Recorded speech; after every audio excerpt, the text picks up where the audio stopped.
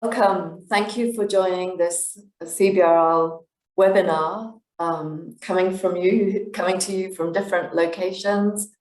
My name is Carol Palmer. I'm the director of CBRL in Amman, and I'm joined by, of course, my colleague, Dr. Toffee Haddad, director of CBRL's Kenyan Institute in Jerusalem and deputy director of CBRL, for this, our annual general meeting, AGM lecture 2021 by Professor Raymond Hinnebusch from the University of St Andrews.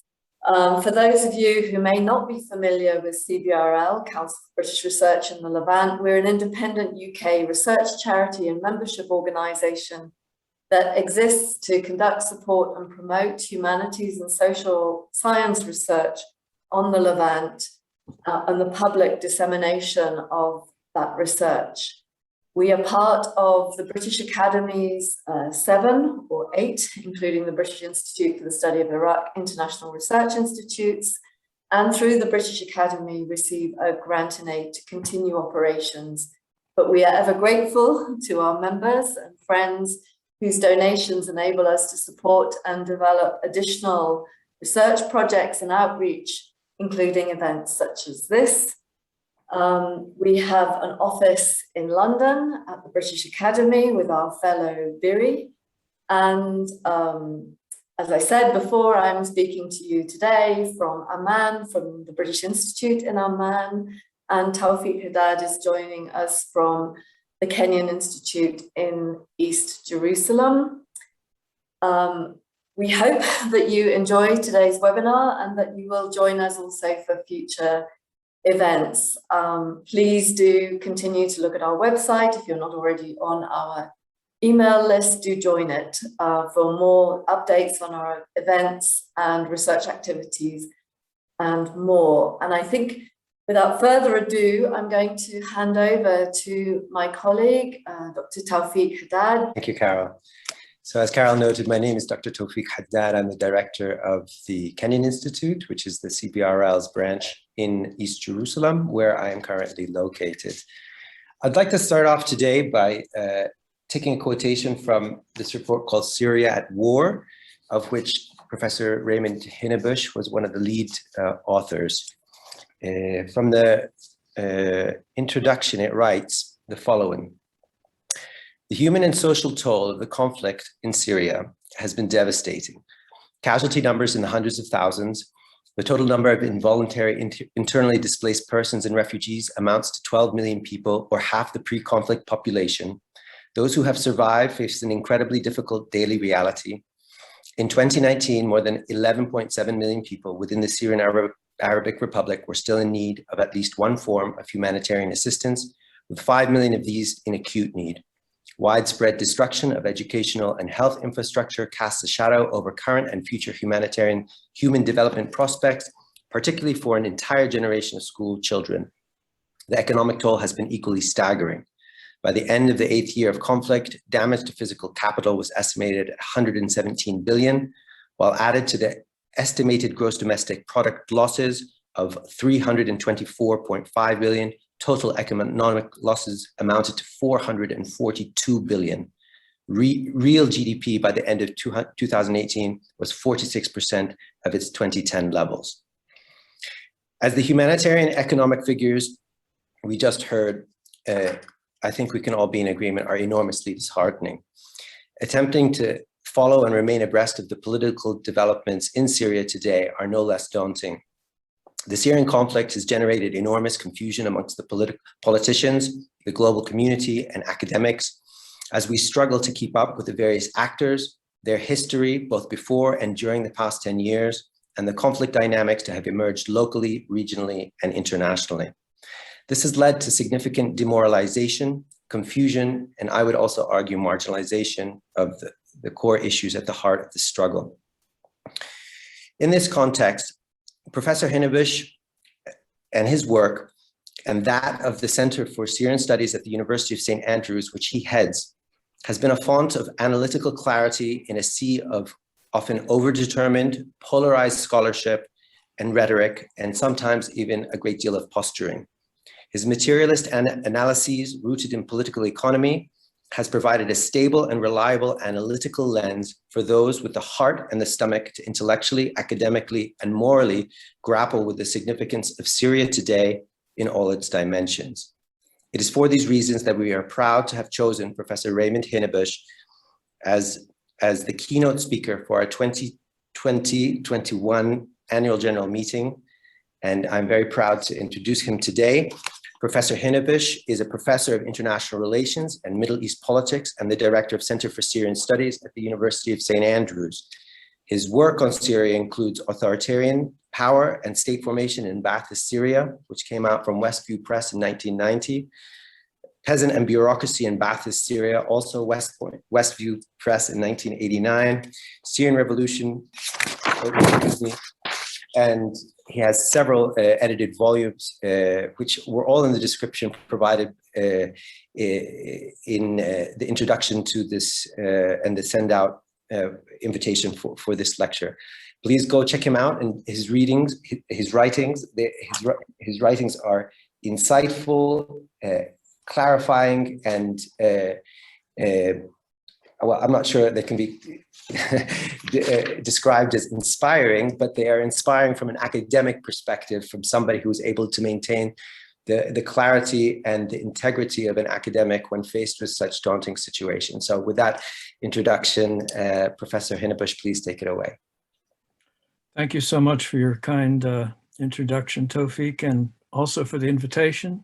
And thanks to Carol also for the invitation. It's really an honor to be here.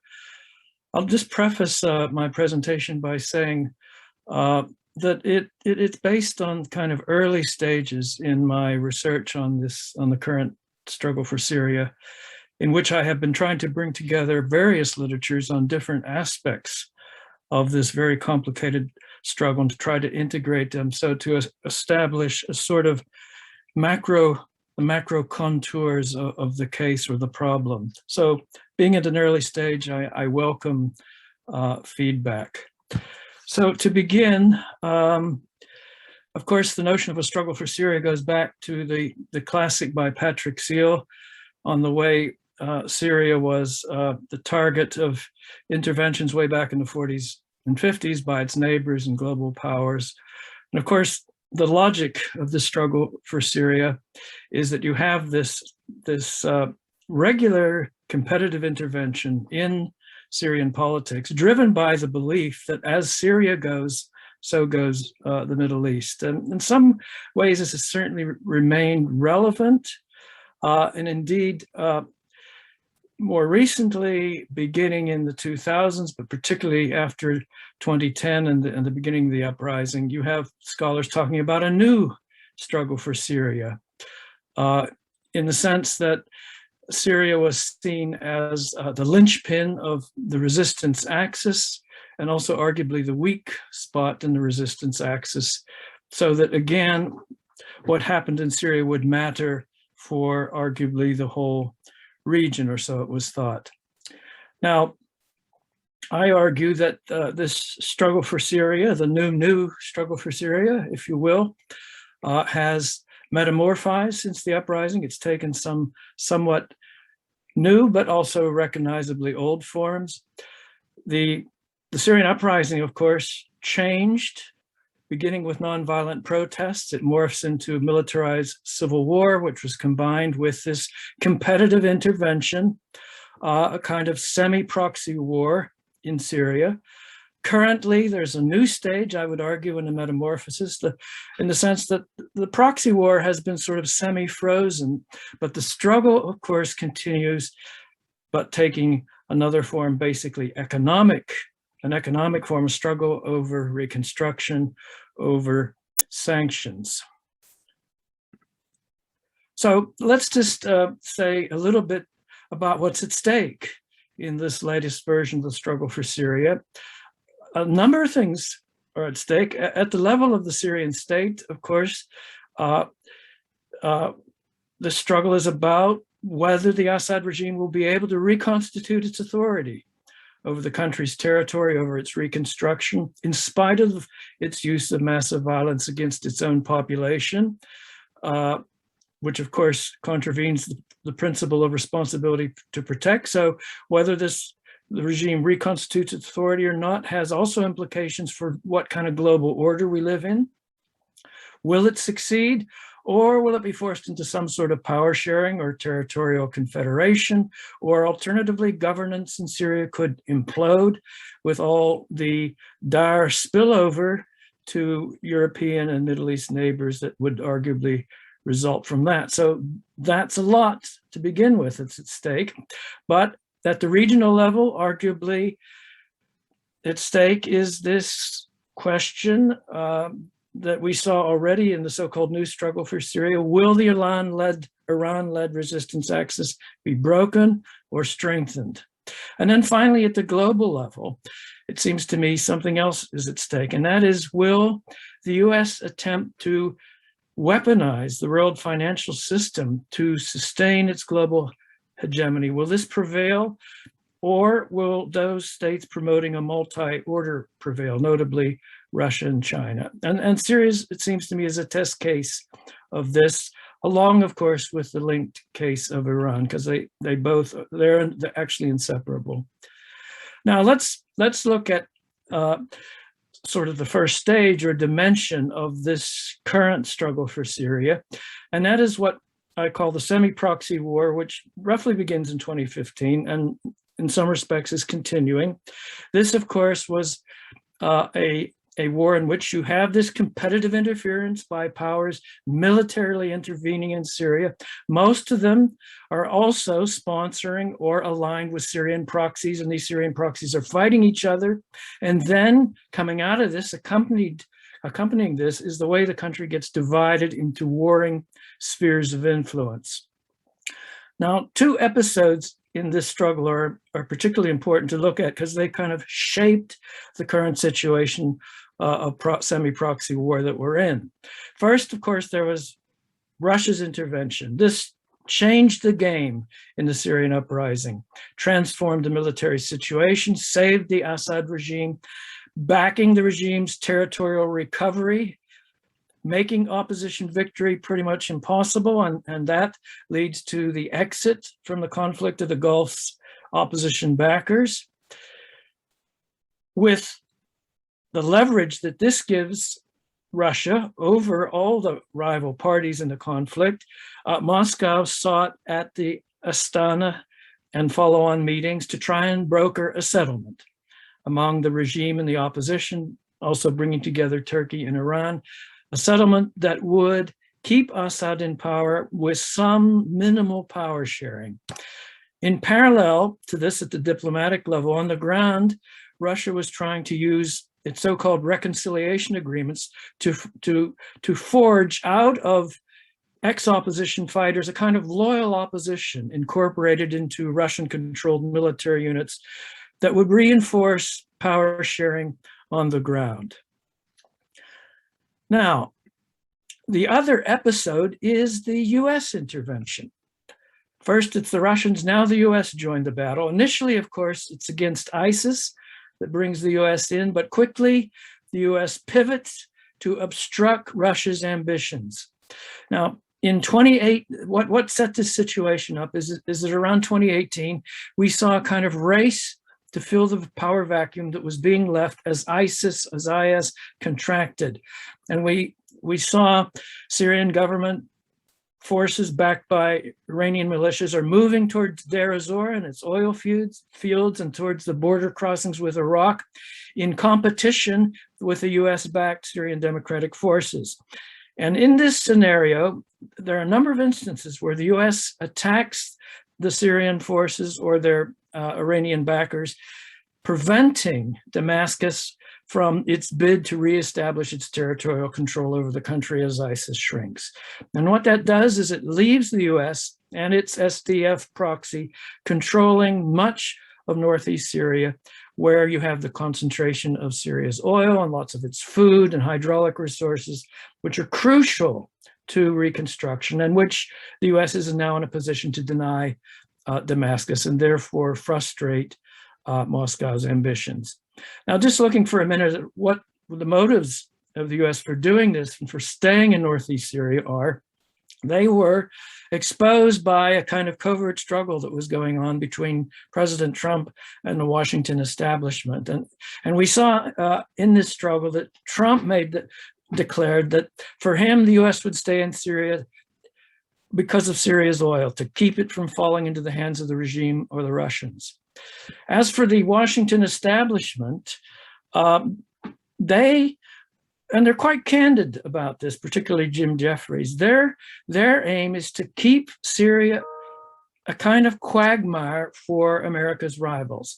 That is to keep it a sort of failed state, which won't be an asset for Russia and Iran, but will drain their resources. They had apparently militarily won the contest, but Washington now is in a position to deprive them of the fruits of victory. So to Washington, a Russian and Iranian victory in Syria would have, and Jeffrey says this, would have shifted the regional power balance against the US and Israel. So he's speaking in terms of the old struggle for Syria. Who wins in Syria wins at the regional level.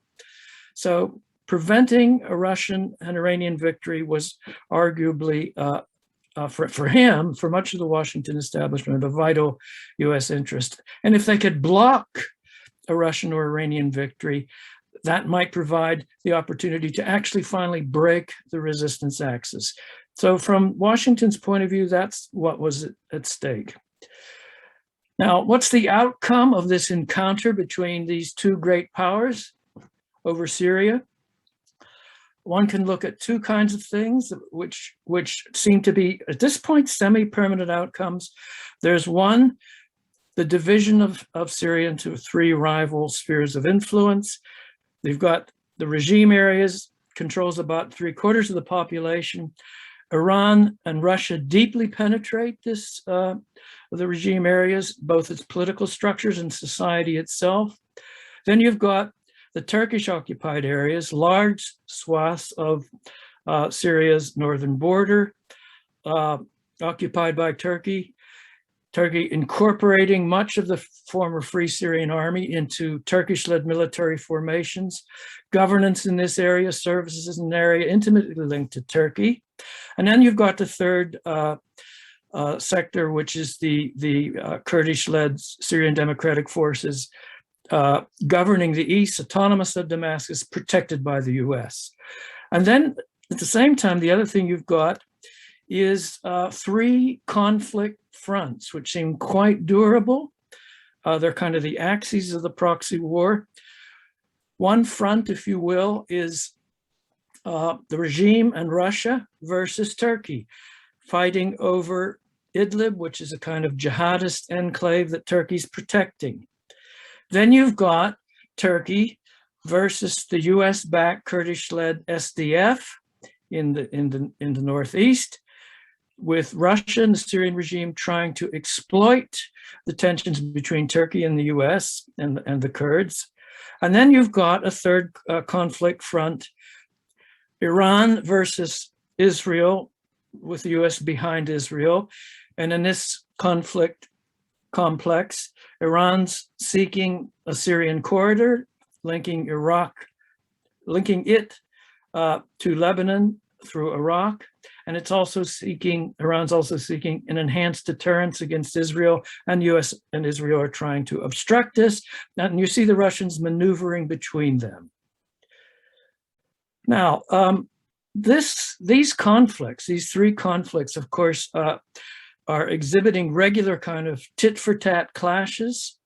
These continue as the rivals jockey to increase their leverage, and there's always this risk that they're going to escalate and get out of control. And yet, it seems as if a kind of balance of power has been established in which no one of these sides are able to defeat the other. So it looks as if we're heading at least towards a semi-freeze in the territorial conflict.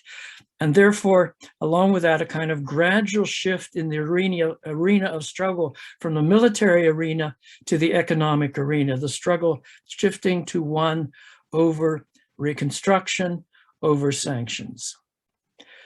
Now let's look at this next dimension of the struggle, what could be called the battle over reconstruction, in which the regime, no longer in danger from the armed opposition, sets out to consolidate its position by starting reconstruction.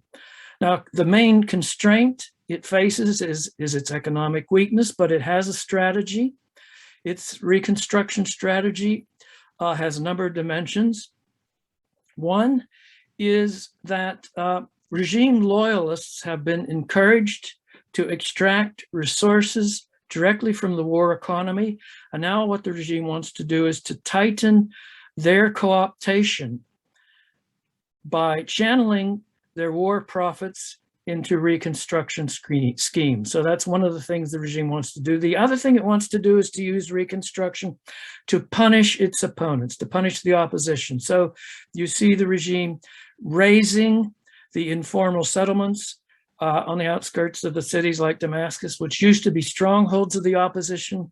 We see the regime trying to expropriate property to create upscale secure zones for regime constituents. Another thing that's going on is the regime is according concessions over areas of land and mineral resources to its Russian and Iranian allies as kind of recompense for their support, but also a way of giving them a stake in getting reconstruction going. But we find, of course, that what happens very quickly, reconstruction stalls. And it stalls because of this imbalance where Syria's allies, Russia and Iran, which have the predominant military power on the ground, are geoeconomically weak. While on the other hand, the US and its allies like the Europe and the Gulf, they don't have the same kind of military command on the ground, but economically they're superior. They have the capital needed for reconstruction and they can withhold it. Now, what that stalling of the regime's plans for reconstruction are doing, it sort of manifests or propels in some ways the moving of the playing field from the military to the economic, and the stalling of reconstruction seems to show that what this is doing is it's shifting the power balance towards the US and the West when you move from the military arena to the economic one. Now, let's look more specifically at the war over sanctions, and particularly the war over sanctions as they've applied to the Syrian case since around 2011. Now, if you look at them over the long haul, what you see is a tendency to continually escalate the sanctions. The initial ones were rather targeted at regime elites. They failed. Then you see a movement towards sanctions targeting the whole economy in a more indiscriminate way. So example, you've got the EU oil boycott, you have the US-driven cutoff of Syria from the whole world banking system. But these sledgehammer sanctions, as one analyst have called them, also failed to do the job. And so you see the most recent episode, the most recent escalation, if you will, in the sanctions war, the US now resorting to secondary territorial sanctions in which it tries to pressure other countries to sever economic ties with Syria. So that's kind of the macro overview of how sanctions have developed.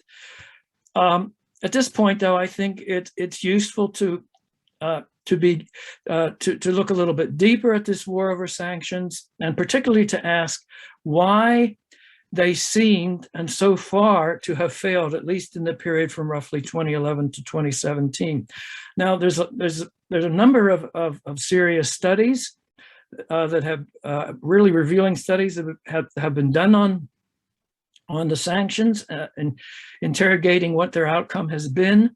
And they have reached relative consensus.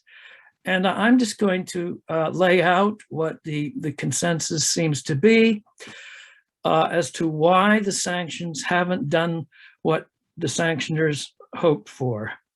One is the demands made were maximalist. Essentially, they amounted to a demand for regime change. And such a maximalist, sanctions have never managed, arguably anywhere, to manage such a maximalist demand.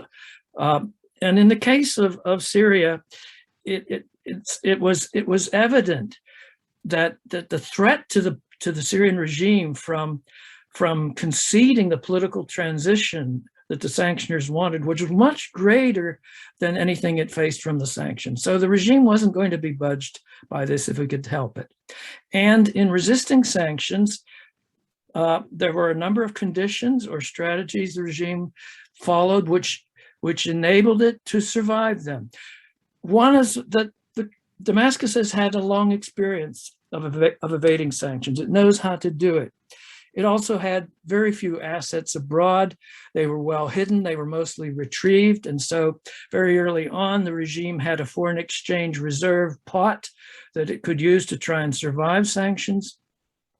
Another thing is the security elites who would have had to have been disengaged from the regime were in fact kept loyal, because the costs inflicted on these security elites by the sanctions were compensated by opportunities they got for rent seeking out of the war economy. Then the crony capitalists around the regime. The sanctions, instead of dividing them from the regime, pushed them closer to it. Also, the high-profile crony capitalists that got sanctioned were replaced by second-level operators. So sanctioning the crony capitalists didn't do the job. They were simply replaced by these new people who were super enriched by the rents that they got out of evading sanctions. Then another thing about the literature on sanctions is that unilateral sanctions, as opposed to multilateral UN sanctioned ones, unilateral sanctions tend to encourage sanction busting. And of course, in the Syrian case, Iran and Russia were the Black Knights, the sanction busters. They compensated Syria for a lot of its losses from the sanctions. Particularly, the credit lines from Iran were crucial, ensuring that Syria had the basics of food, medicine, oil products. And the result was that the sanctions, at least the immediate effect, was to make the regime more dependent than ever on Russia and Iran. And then, as regards the effect of the sanctions on the population, arguably, the logic of sanctions is that if you inflict enough misery on the population, they'll revolt. And in this case, the scenario would have been the hope that loyalists or neutral elements of the population that had not joined the uprising would revolt, would join the uprising if they suffered enough economic misery. But this also did not succeed. One reason is that for a good period, the regime was able to sustain the delivery of benefits to the population. So the effect of the sanctions was to make the population more dependent on the regime for survival. The other thing, though, is that it's been observed by some scholars that in an authoritarian regime, a hard authoritarian regime like the Syrian one, there's just no mechanism to translate discontent into political changes. Now, that's the story of the war over sanctions on Syria. Now, to fully understand where we're going in terms of the war on sanctions, it seems to me that we've got to put that war in a broader context, that is to say, in a global level struggle over sanctions. That the struggle over Syria sanctions today are just one part. And that global level struggle over sanctions had begun well before the Syria conflict. And what is it about? I argue that what it's about, in essence, is the fate of US hegemony, or the role of the US as the global hegemon.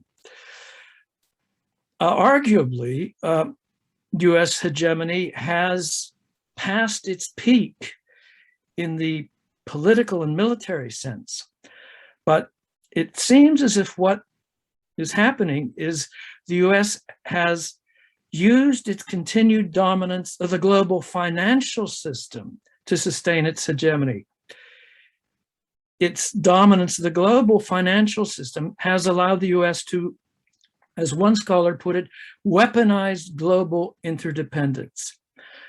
What is happening is that the US uses sanctions to impose its foreign policy agenda on other states by punishing any company or any state that does business with the target state, punish them by cutting them off from the US market and US technology, but even more controversially, cutting them off also, that is, cutting off any country which does business with a state the US is trying to target, cutting them off from the dollar-denominated international payment system, which clears through US banks. And in pursuing this, particularly in the case of the Iran sanctions, the US has been very aggressive in levying enormous fines on non-compliant foreign banks. There was the recent episode where an executive of a Chinese company, the United States tried to have this person arrested in Canada, and she was held for a long time. This is indicative of this struggle of the US to use its, to weaponize, if you will, the global financial system. Now, what makes this a struggle, a war in a way, is that this use of secondary extraterritorial sanctions by the United States has very dubious status. It's very controversial, has legitimacy and legal issues surrounding it. Indicative of the dubious legitimacy is that these kinds of sanctions have been widely condemned by resolutions in such bodies as the UN General Assembly, the G77, the Non-Aligned Movement. Legal scholars have argued that these sanctions contravene customary international law because there's such a violation of sovereignty of other states. But also there's the issue of treaty law, that is trade treaties such as GATT and World Trade Organization. Arguably, under these secondary extraterritorial sanctions are restraints on trade. Now these treaties do allow exceptions. They allow restraints on trade when security justifies it, but crucially, states are not entitled just to decide for themselves if their security justifies exemptions from the rules of the World Trade Organization. And also, legal scholars argue that sanctions, even if justified in security terms, can only target those states which are threatening your security, not innocent third parties. And of course, secondary sanctions do target innocent third parties. Now, one of the things we saw is that when this sort of sanctions were challenged, particularly in cases such as Iran and Cuba, where the US was using secondary sanctions, this was challenged by, at various points, the EU, Canada, Japan in World Trade Organization tribunals. And when this happened, the US waived the sanctions rather than let the case go to adjudication. Now, when Trump reimposed secondary sanctions on anybody dealing with Iran, of course, the US did not waive the sanctions when it encountered protests, but what it did is it paralyzed the World Trade Organization tribunal by blocking appointments to the tribunal. So what that means is, as yet, there is no World Trade Organization case law yet on the legality of secondary sanctions. So that's where we are as far as the legality of secondary sanctions goes. It's still unresolved. Nevertheless,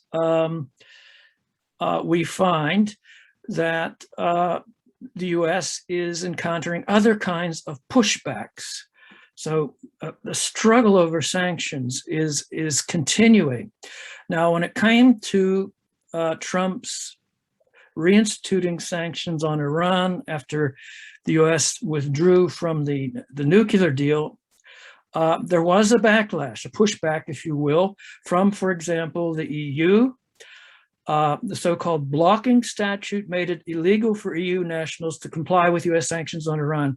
Not very effective, all kinds of loopholes, enforcement lapses in that, hasn't worked too well. The EU also tried to push back by creating a sort of barter system so that deals with Iran could bypass use of the dollar system.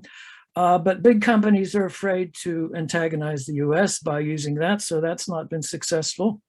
China's taken a somewhat different approach, retaliation. China law now mandates counter sanctions and boycotts against the US.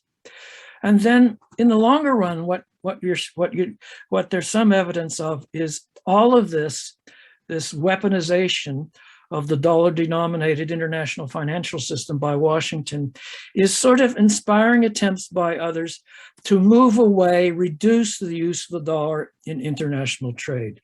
And both the euro and the Chinese yuan have been kind of promoted as alternatives to the use of the dollar.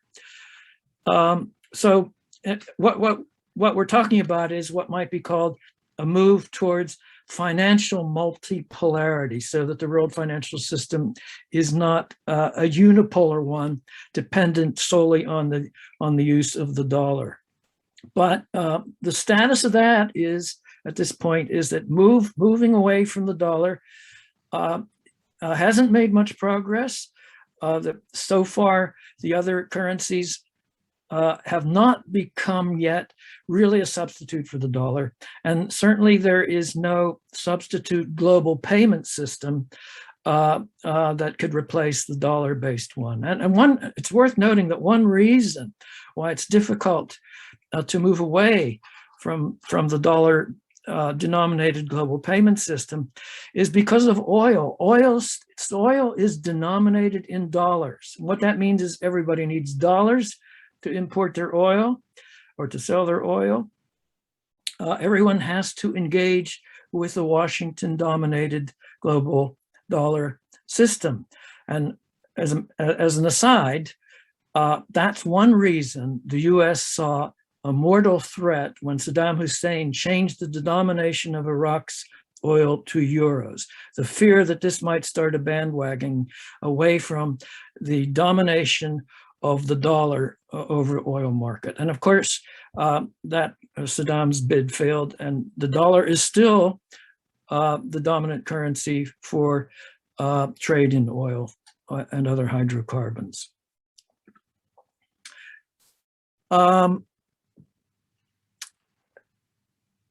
What then is the situation at the level of sort of the global struggle over secondary sanctions that I've been describing? I think it's fair to say that at this point, the situation is that the US use of secondary sanctions has not been effectively countered by other states. It still has been quite successful in deterring countries from doing business with states like Cuba and Iran. Still, though, there is the issue. People are debating it. The backlash against this, will it lead the US to think twice and to perhaps restrain its use of secondary extraterritorial sanctions or dilute their use for fear that overusing them is going to open the door not just to counter sanctions by others such as China, but movements away from the dollar, which of course the United States wouldn't want to see. And we're told that the Biden administration is in fact undertaking a kind of review to see if the US is overextending itself. It did waive sanctions on the Nord Stream project, which is perhaps a sign Washington's having some second thoughts. At this point, though, the question I want to focus on is how does this matter for Syria? Now, in the Syrian case, what we've seen, of course, in the last few years, particularly since the so-called Caesar Act was passed, is that the US is moving to impose secondary extraterritorial sanctions in the Syrian case. And of course, the reason for this is that the US doesn't really have any leverage itself over Syria because it's not doing any business with Syria.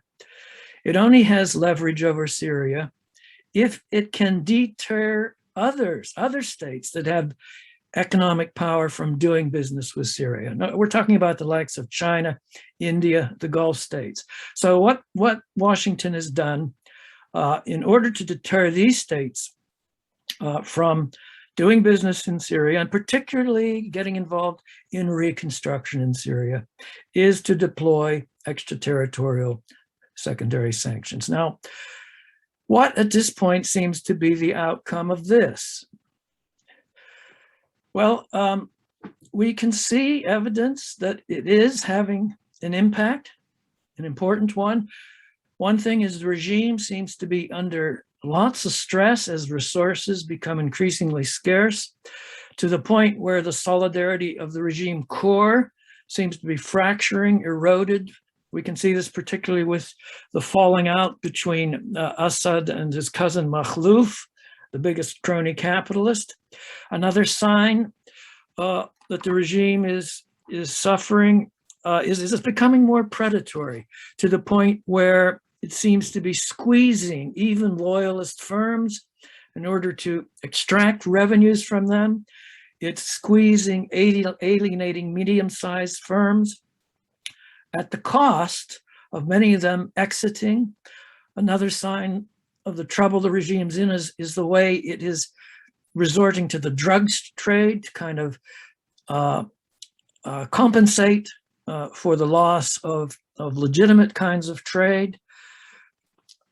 Another palpable consequence is the minimal welfare capacity that the regime had been able to sustain for almost a decade is demonstrably shrunk very, very considerably, so that the regime is at the point where not only can it not deliver much by way of welfare to those in areas it governs, but even its loyalists, the most loyalist of regions, are now, it's now losing the capacity, it seems, to deliver welfare to them, to the point where it appears, figures are now showing us that 90% of the population are below some sort of poverty line. And so inevitably, even the loyalist areas are disaffected. And that indicators of that are demonstrations against the fact that cheap bread, electricity is no longer being delivered in a regular way. You have the attempt of loyalists to evade conscription. And so one might think that finally these sanctions are doing what the sanctioners wanted in terms of squeezing the regime, so that either it's got to concede a political transition, or it might arguably face collapse or revolt from within. However, so far, revolt hasn't been the outcome. People have pointed to a number of things that help explain this. People are just engrossed in their daily struggle to survive economically. And this debilitates political agency, if you will. The second thing is that if you're going to revolt, you have to have some hope it will succeed. But the situation at this point seems to be there really isn't any credible alternative to the regime. The opposition's too divided, militarily impotent, and anyway, opposition areas are no better off in terms of the impact of sanctions. And so that rather than revolt, it looks like what we're getting is what we might just call hopelessness setting in and among the population. And an indicator of that is a survey done even in Damascus, which is probably the most well-off area in Syria. 2/3 of the population would like to leave and are looking to leave if they can. Now, in this war of sanctions, as they're currently being applied, squeezing the Syrian regime, there's some pushback. So it's an ongoing battle. And let me just indicate some of the pushbacks. Russia for a while has been trying to play what we might call the refugee card, to try to get the EU to ease sanctions by the promise that Syrian refugees in Europe might be able to return to Syria if reconstruction could get going, but also warning the EU that if the Syrian state collapses or Syrians leave all hope, Europe will face a new wave of sanctions. But so far, this argument has not seemed to succeed. Another thing, of course, recently Russia played the humanitarian card in the negotiations over keeping the Turkey Idlib aid crossing open. And here, Russia was able to extract a bit. An increased share of humanitarian aid will now go through the regime. And also, as part of the deal over the crossings, approval was given, conceded by the US, for so-called early recovery economic stabilization measures. These are something between pure humanitarian aid and reconstruction. They're in a kind of middle zone. So it's a step forward for Russia in breaking the sanction siege. Iran has tried, of course, something a little bit similar, instrumentalizing Lebanon's energy crisis, trying to show that it could deliver oil that would solve, or at least alleviate, Lebanon's energy crisis. And this did seem to force the US to think twice and approve alternative energy arrangements for Lebanon that would include Syria and benefit Syria. And then another thing we see is the Arab states starting to push for normalization on the grounds that the regime is staying, the people are suffering, and Iran is benefiting from the current situation in which Syria is being isolated. And so we see a kind of Arab plan coming together which proposes sort of phased normalization, with economic benefits for the regime being conceded, contingent on the regime making political concessions on political reform. It's worth noting that this sort of Arab plan, if you will, fits very much with what the UN Special Envoy has been proposing to break the deadlock. Well, what's the US stance? It seems something that we might call strategic ambiguity. On the one hand, Biden hasn't actually applied sanctions, inspiring the belief that the Arab plan has tacit US approval, or at least that the US won't respond forcefully to it. And yet, on the other hand, Blinken explicitly is saying the US won't lift sanctions and sort of threatening sanctions if the Arabs proceed with reconstruction, unless, he says, unless there's significant movement towards a political settlement. Significant movement, what's it mean? Is that a kind of deliberate ambiguity? Would a little bit of movement be enough? So that we're in a domain where there's ambiguity about what the situation is. Okay. Let me just say a few words by way of conclusion. What lessons can we take out of the case study? Conclusions for Syria are grim. Syria's economy, its population, are caught between two spoilers that won't budge, the Assad regime and the US.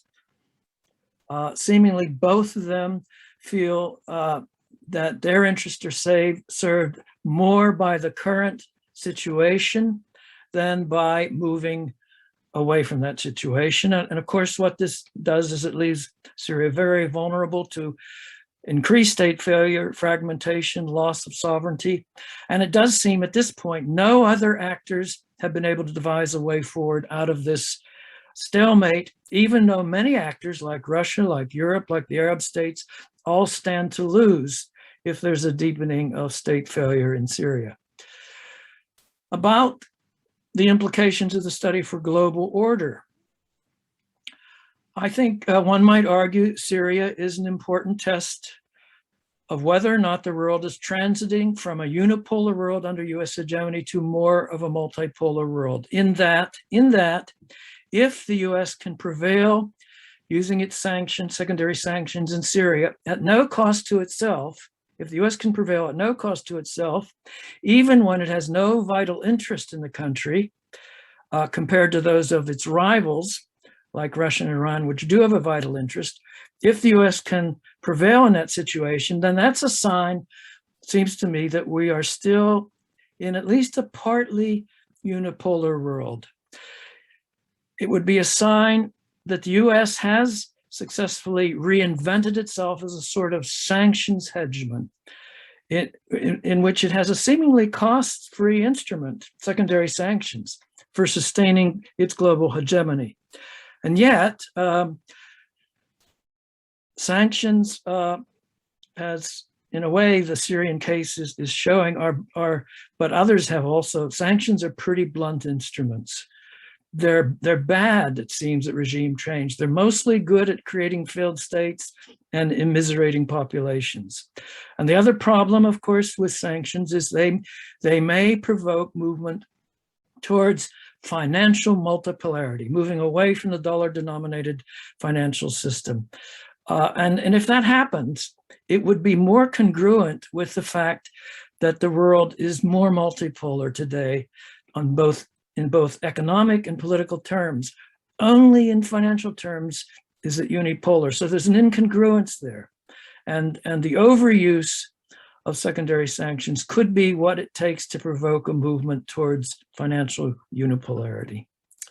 Finally, the Syrian case, this metamorphizing proxy war, sanctions war that I've been talking about, one might say they give us some insights to update perhaps the lessons put forth by Mary Calder's argument on the way we're in an era of new wars.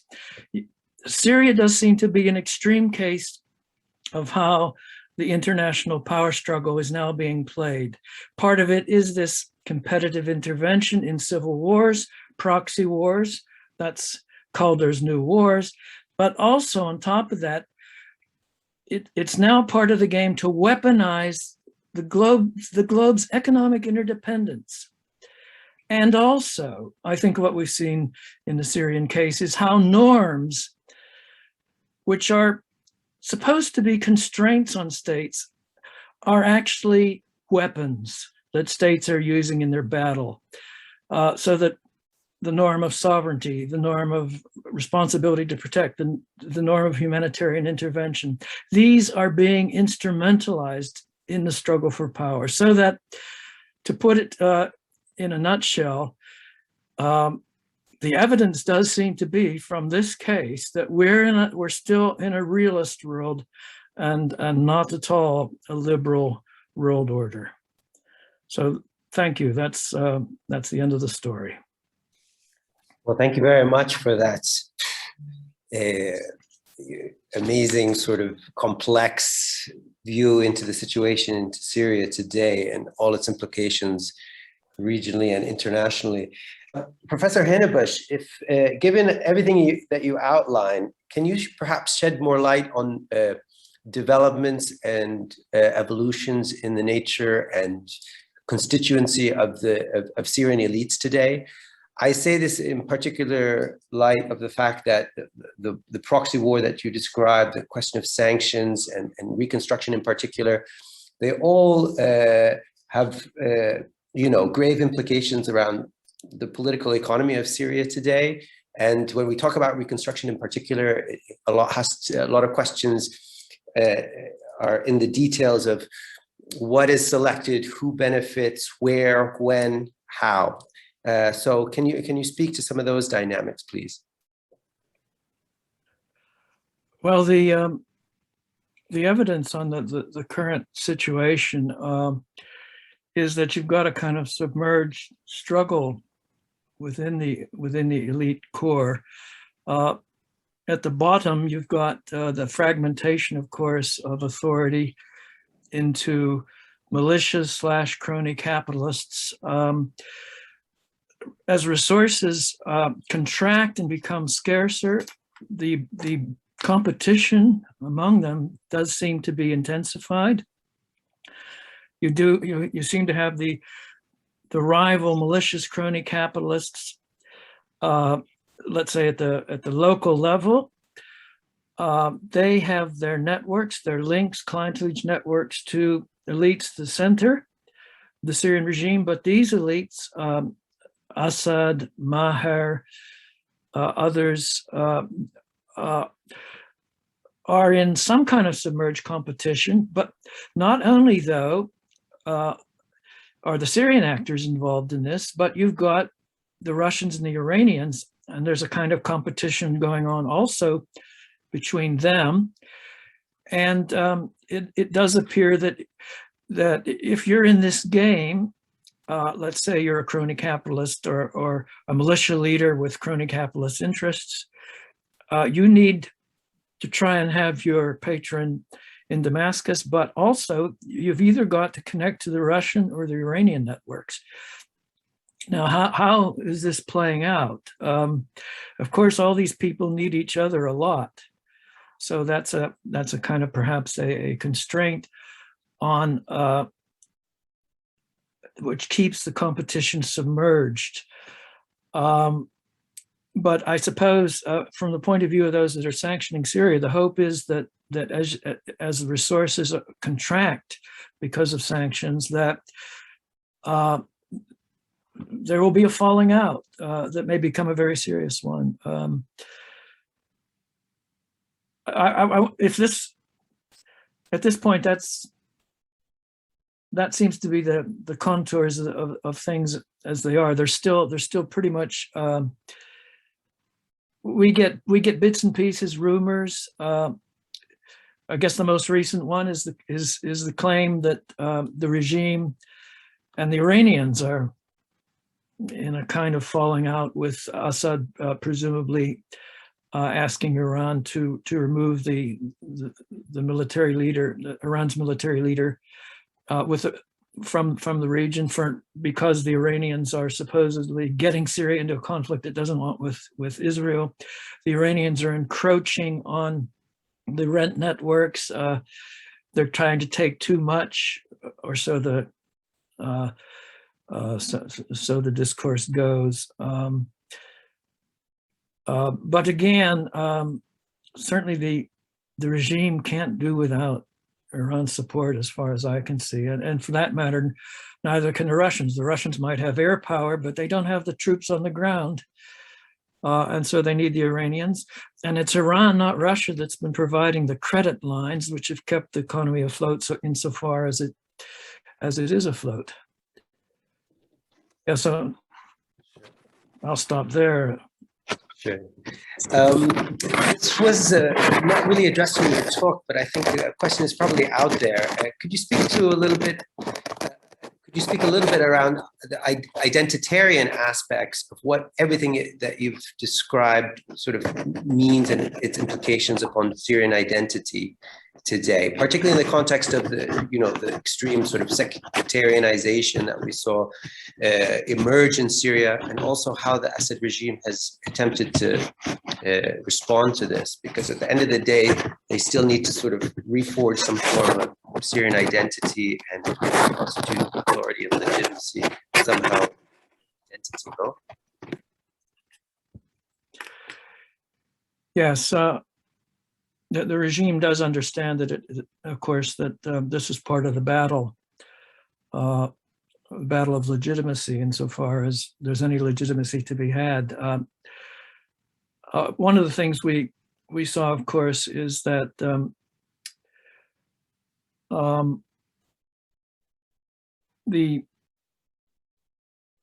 regime tried to legitimize itself and keep the loyalty of its constituents, and indeed to keep the loyalty of wavering people by demonizing the opposition as essentially external jihadists, Islamists that were a threat. And in parallel to that, there was a sort of jettisoning of the of the old Arab nationalist legitimation, because the Arabs were now the enemy. And you have an attempt to move towards some kind of Syria, resurrection of the old idea of greater Syria or a Syrian identity as something that could unite secular Syrians, the minorities, these are the main constituents, but also anybody who feels threatened by the notion that jihadists are the alternative. And for a while, it did appear as if perhaps they were the alternative.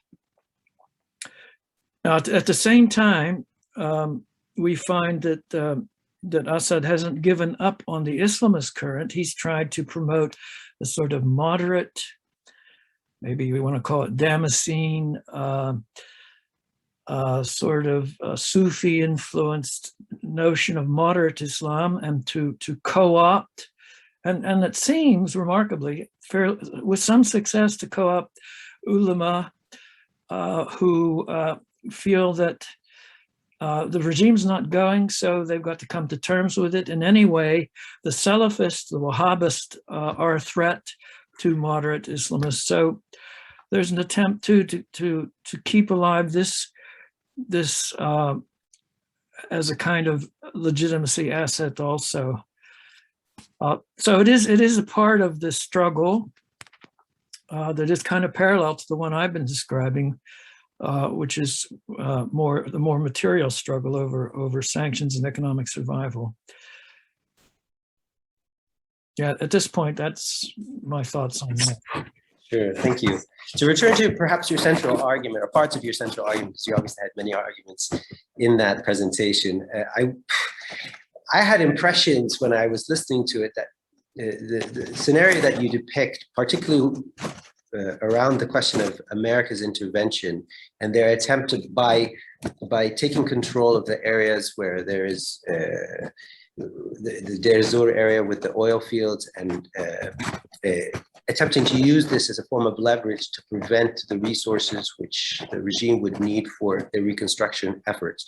Does not this scenario or description pit the United States against the regime, Hezbollah and Iran, and would essentially work towards work in the direction of potentially an open military confrontation between the two? And is that something that we might be potentially seeing coming out? What are the restraining factors to that? And is that indeed the case, that this is sort of maybe where things might be going? Because that as a key sort of linchpin in this whole argument.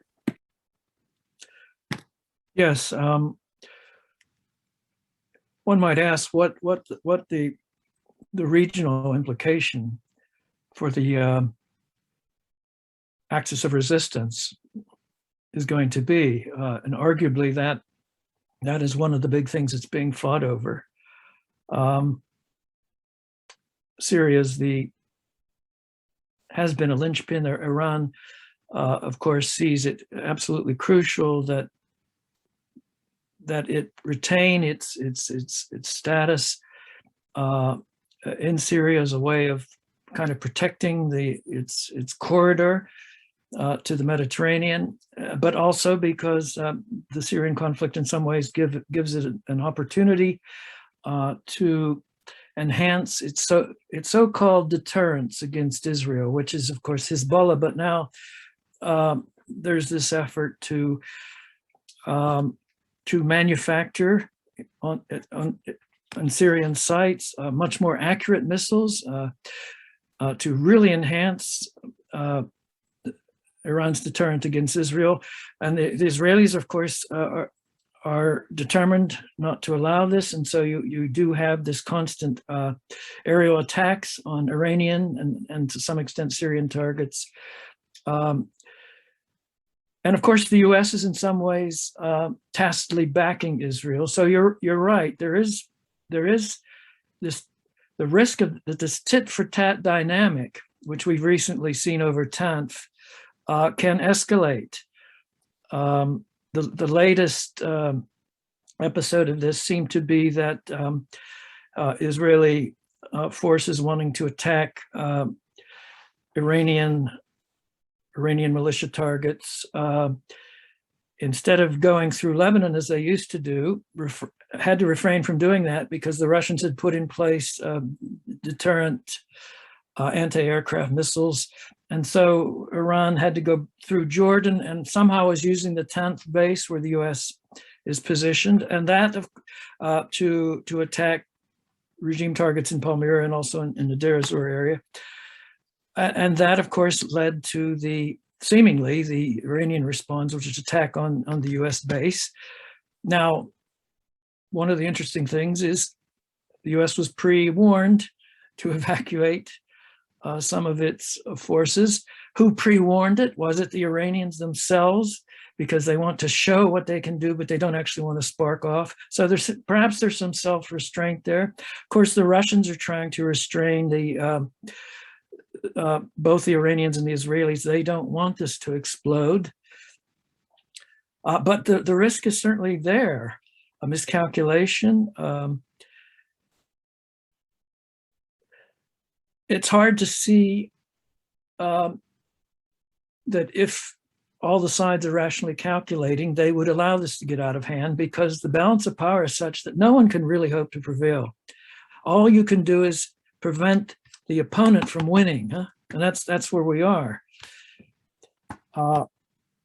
And to some extent, that has shifted the grounds of the battle to the economic domain, but the military one is still being played. It's just that it doesn't seem to be so decisive, or it's only one game in town. Gotcha. Perhaps you could shed some light about the new Biden administration and to what extent it represents a divergence from the previous Trump administration. Your talk seemed to sort of go back and forth a little bit on this, and perhaps that's also because that's indeed the situation. They haven't quite worked out what they want to do, and so they construct ambiguity around it, but essentially continue the policy of attempting to deepen the quagmire and prevent their enemies from actually declaring victory or winning.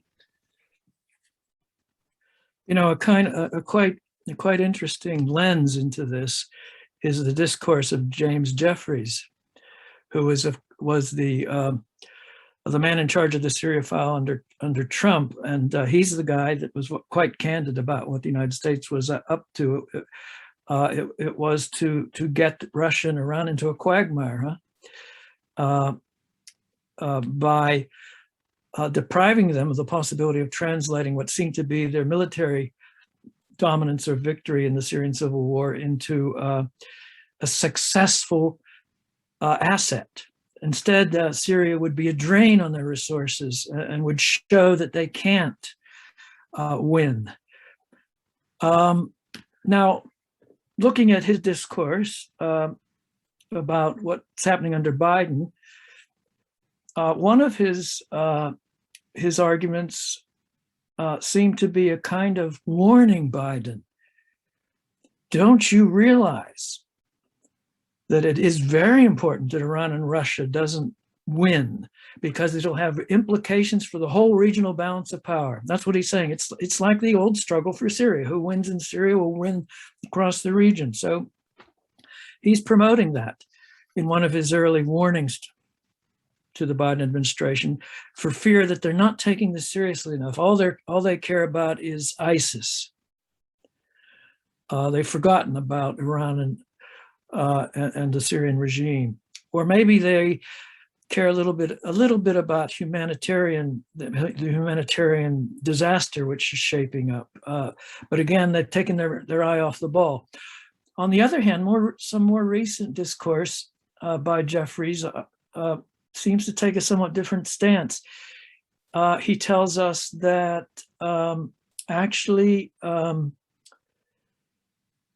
the Arab parties like King Hussein of Jordan they understand that probably they won't be sanctioned if they start to move towards normalization. They're certain, Jeffrey says, they won't be sanctioned, or they wouldn't be moving.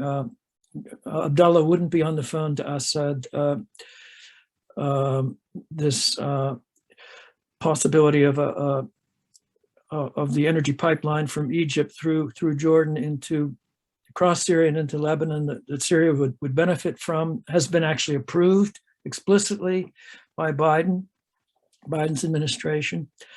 So Jeffrey seems to be conceding that the game is lost from his point of view, and yet he takes a slightly different angle on this. He says, well, maybe it's a good idea if the US shows that it's still in the game, shows the Arab states that it does care about their stake in not letting Syria implode.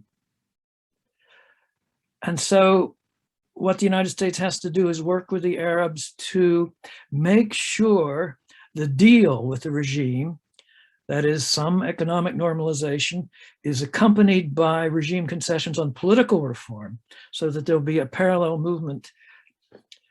Now, maybe that's the scenario that Jeffries imagines might happen.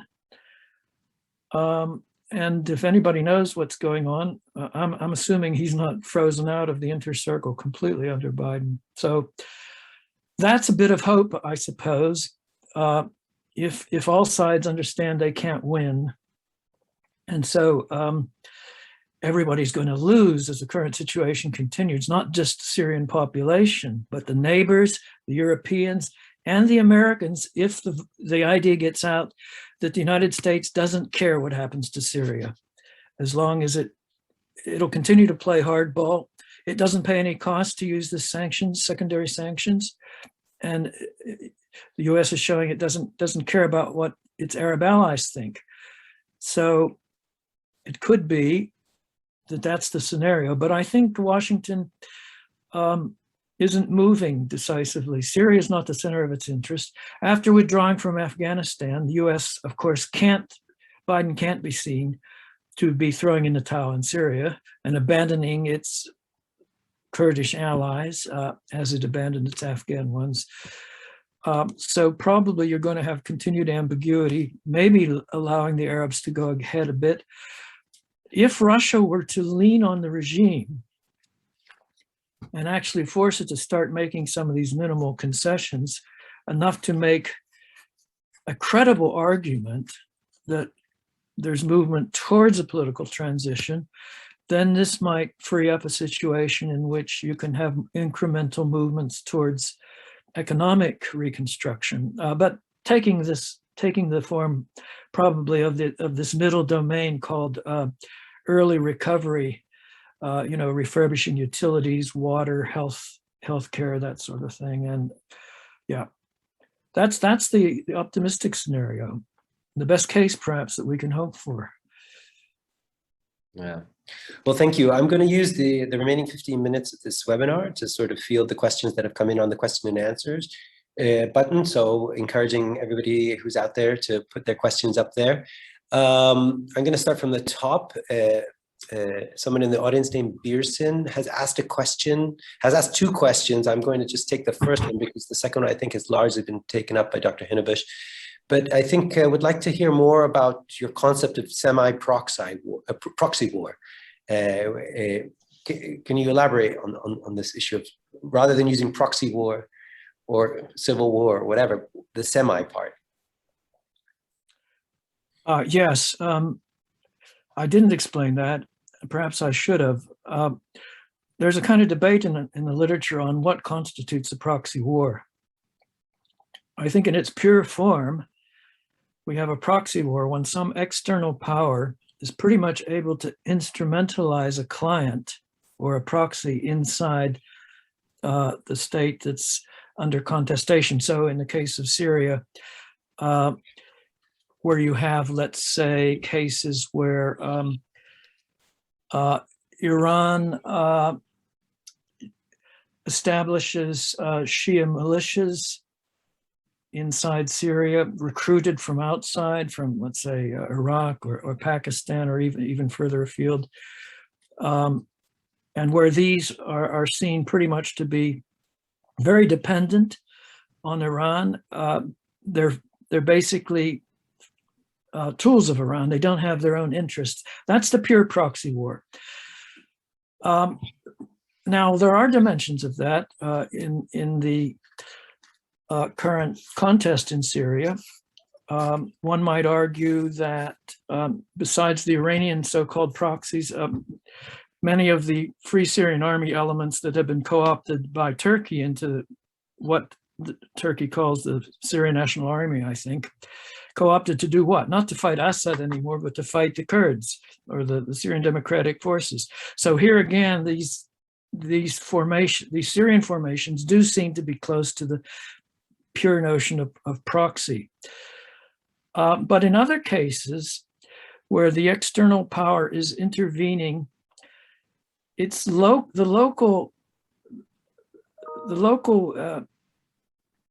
locals are, you can't call them proxies, they're more like allies.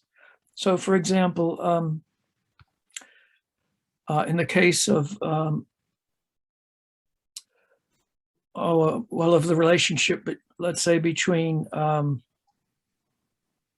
the regime and Russia, you can't say the regime is a proxy of Russia or of Iran for that matter. It has its own interests. It's not at all purely dependent. There's an interdependence there. So the intervening external power has an interdependence relationship with the Syrian actor. So that's a sort of different dynamic. What we've got is competitive intervention. Different powers are intervening, but only in some cases have they established pure proxies. In other cases, it's allies. So for want of a better term, I call it a semi-proxy war because it is a sort of hybrid. It's more than just a proxy war. It's a war of competitive intervention. What this has in common with a proxy war is that in each case you have an external power which has its internal Syrian ally, partner, whatever proxy, whatever war you want to use. But there's a variation on how much the Syrian actor is purely dependent on the external power and how much the relationship is one of interdependence. So sorry, going on too long about that, really. No, on the contrary, very insightful. Thank you. The next question comes from Henry Hoger. He writes the following. He says, recent reports from the White Helmets in Idlib area support your description of military conflict as semi-frozen, in that COVID seems now to be causing more damage than, for example, the regime and Russian bombing. Presumably, COVID is a serious threat in regime areas as well, given their weak sanctions-affected health systems. Do you see the pandemic as introducing a significant new element onto the overall strategic picture? That's a good question. One of the things I think you're quite right that COVID is indiscriminately damaging people in pretty much all of the areas, regime-controlled and non-regime controlled areas, because of course the health system has been destroyed to a great extent in the civil war. Less so perhaps in a place like Damascus, but my understanding is that Damascus is suffering a lot from COVID. Has it had any impact on the struggle? One might argue that it did contribute to the sort of freeze in the conflict, in the sense that it becomes more difficult to carry on a military contest when the troops, the people involved are suffering from this, and resources need to be perhaps diverted to deal with this. So I think there is some evidence that that it did help contribute to the freezing of the conflict. But I think the main factor was this just perhaps consolidated the freezing insofar as the conflict's frozen. Obviously, it's not completely frozen at all. And particularly when it comes, let's say, to the Israeli-Iranian contest, it's not frozen. The Israelis are operating by air. So, but when it comes to, yeah, I think the Idlib front line, probably this has played some role in it. That is, COVID has. It's interesting. I was looking at a documentary the other night on the Spanish flu influenza, which pandemic, which killed millions of people around World War I, and was surprised to learn that the German offensive, which was thought to be perhaps decisive, was debilitated by the fact that German troops suffered a great deal from the pandemic, and it just blunted the offensive. So it's certainly the case that this kind of thing can debilitate military operations. Sure, thank you. You touched a little bit on Israel actually in your previous answer, but Ross Campbell asked, where does Israel fit into future developments? Do you want to say anything about that?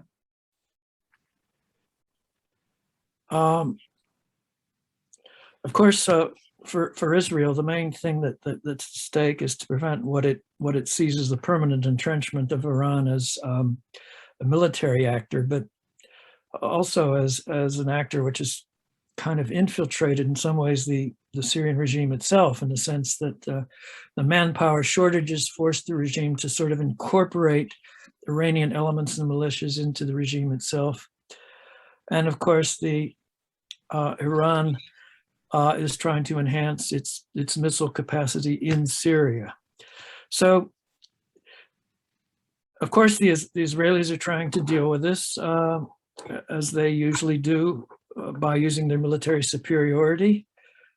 But they've been shocked a bit by the fact that it seems a missile or two can get through their many-layered defense.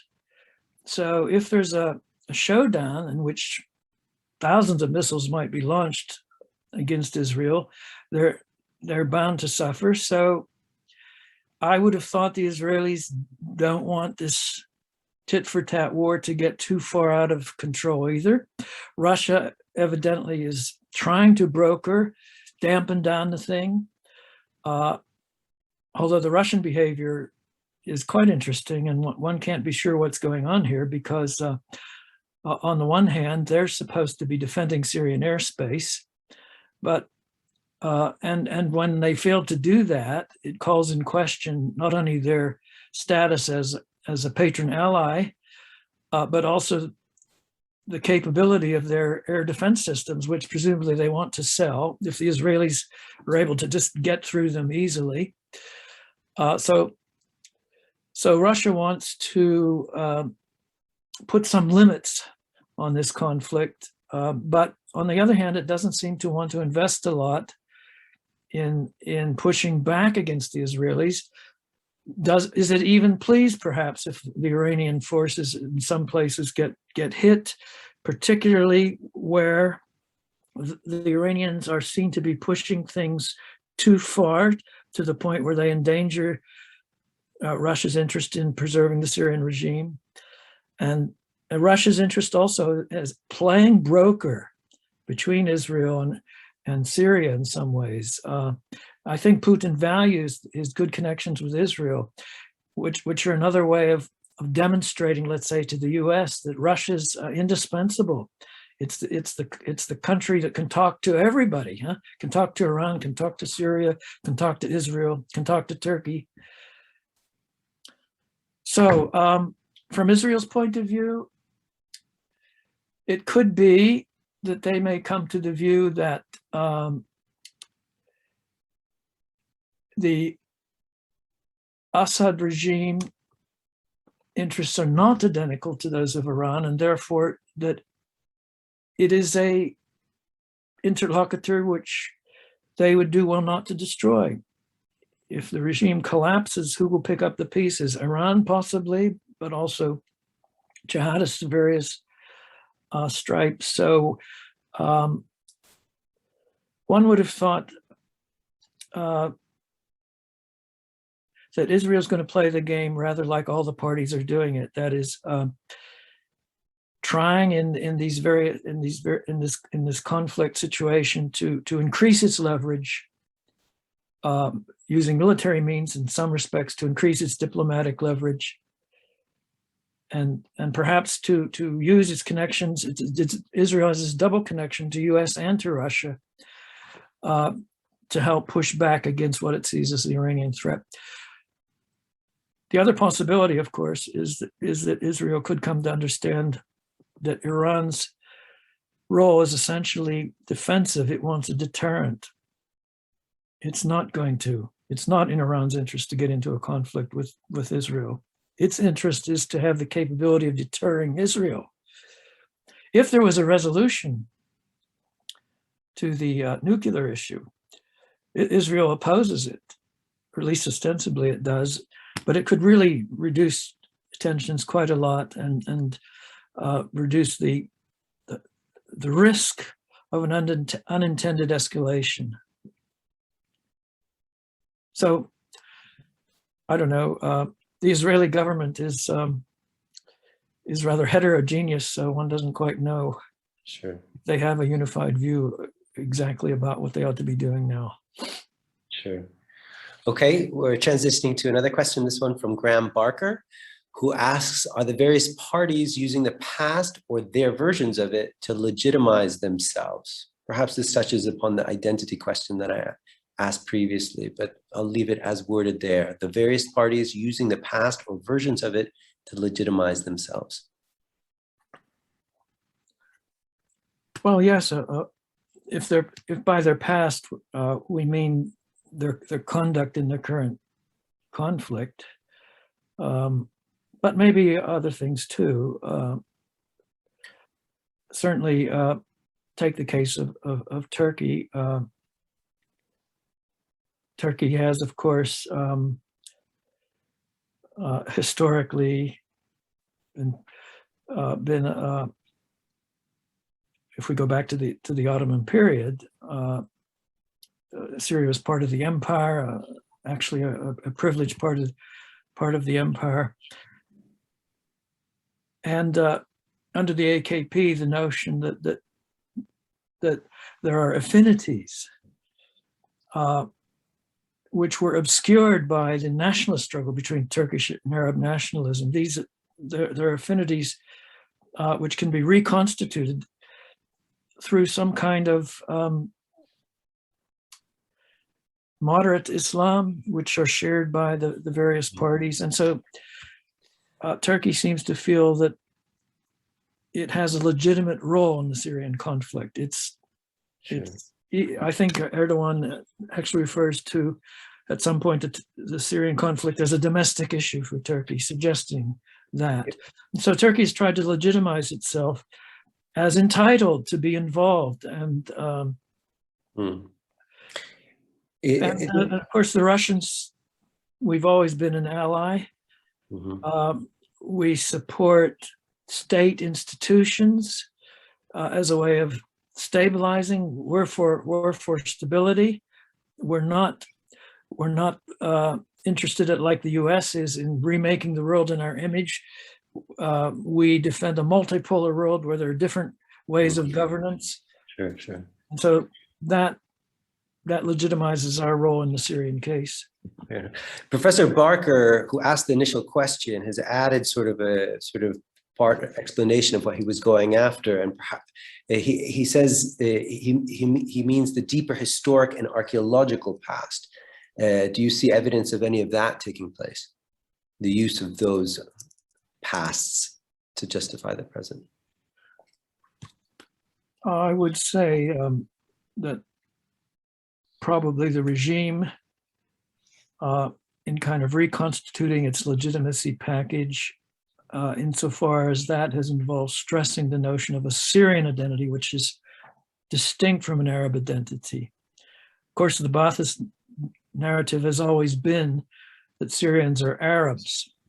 They're the most Arab of the Arabs. But language is the key thing that makes the identity and makes Syrians Arab. But as the Arabs got to be seen as the enemy in some respects, the Syrians have looked to revitalize another identity that they can fall back on, and that is the Syrian identity, which goes back arguably to pre-Arab times. And so you have evidently Aramaic being taught in schools. I'm sure, and the Russians are involved too, I think, in reconstructing Palmyra in some respects. I thought I heard that is the pre-Arab Syrian heritage. And of course, the claim that this was rescued from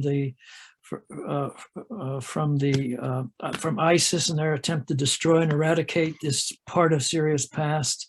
And so pushing back against ISIS, Russia and the Syrian regime will claim some credit along these lines. Of course, at the same time as Aramaic is being taught, Persian's being taught. So, and Russian.